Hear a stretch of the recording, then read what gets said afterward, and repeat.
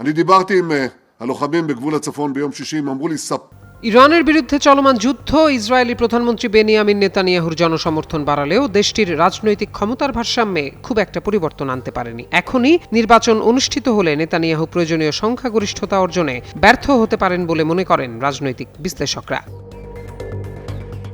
28 ফেব্রুয়ারি যখন ইসরায়েলি ও মার্কিন যুদ্ধবিমান একযোগে ইরানে হামলা চালায়, তখন মার্কিন প্রেসিডেন্ট ডোনাল্ড ট্রাম্প এবং নেতানিয়াহু একে অপরের ঐতিহাসিক সিদ্ধান্ত উদযাপন করেছিলেন। ইসরায়েলের জনগণকে নেতানিয়াহু তখন বলেছিলেন, দুই দেশের জোট কখনো এত ঘনিষ্ঠ ছিল না।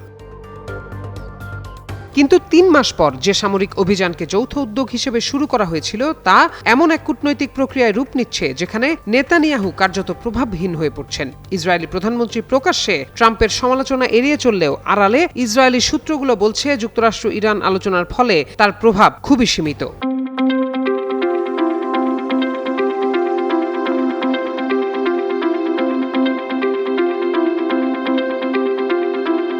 এপ্রিলের যুদ্ধবিরতির পর থেকে নেতানিয়াহু বারবার ট্রাম্পকে পূর্ণমাত্রা সামরিক অভিযান ফের শুরু করতে চাপ দেন, কিন্তু হোয়াইট হাউস উল্টো পথে গিয়েছে।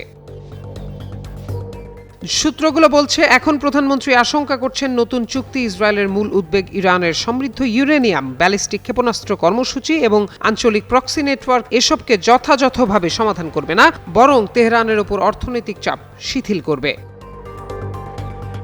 লেবানন ইস্যুও এখন বড় চাপের কারণ। ইরান চায় চলমান চুক্তির কাঠামোর মধ্যে লেবাননে যুদ্ধবিরতির বিষয়টি যুক্ত করা হোক, অথচ নেতানিয়াহু লেবাননে ইসরায়েলি সামরিক অভিযান আরও বিস্তৃত করার নির্দেশ দিয়েছেন।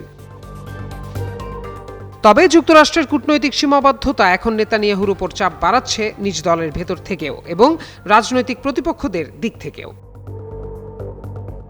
নেতানিয়াহুর কূটনৈতিক ভর এখন অনেকটাই নির্ভর করছে ট্রাম্পের সঙ্গে তার ব্যক্তিগত সম্পর্কের ওপর। নেতানিয়াহু মনে করছেন মার্কিন আলোচক জেয়ার্ড কুশনার ও স্টিভ উইটকফ অর্থনৈতিক সমঝোতার দিকে ঝুঁকে পড়েছে, যেখানে ইসরায়েল দেখছে অস্তিত্বগত নিরাপত্তার ঝুঁকি। ট্রাম্প নিজেও ইঙ্গিতপূর্ণ মন্তব্য করেন, বিবি ভালো লোক, সে আমার কথা শুনবে।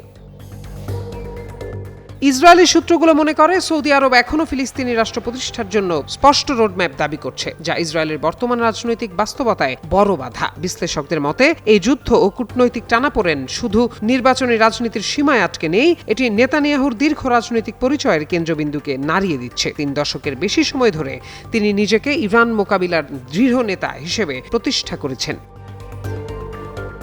প্রত্যয় দাস, যুগান্তর নিউজ।